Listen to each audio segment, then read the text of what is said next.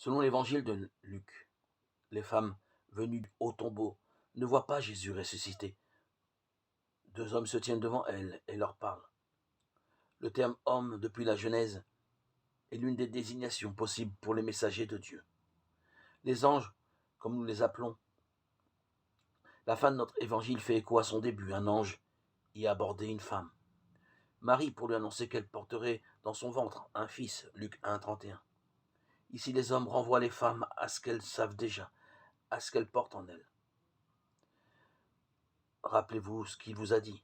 Et de fait, elles se rappelèrent les paroles qu'il avait dites. Quand les femmes se souviennent des paroles du Maître, il ne s'agit pas d'un simple rappel de quelques phrases oubliées.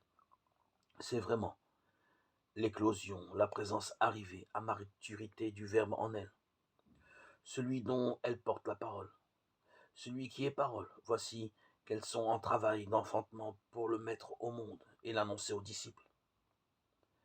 Marie de Magdala et ses compagnes s'inscrivent dans une longue tradition des femmes pionnières. Les anges, d'ailleurs, désignent Jésus comme le vivant, un terme inauguré dans l'histoire d'Agar, la servante de Sarah, et le premier être humain qui rencontra un ange, Genèse 16, 14. Les mots de l'annonce faite à Agar sont repris dans l'annonciation faite à Marie, Genèse 16, 11 et Luc 1, 30, 31.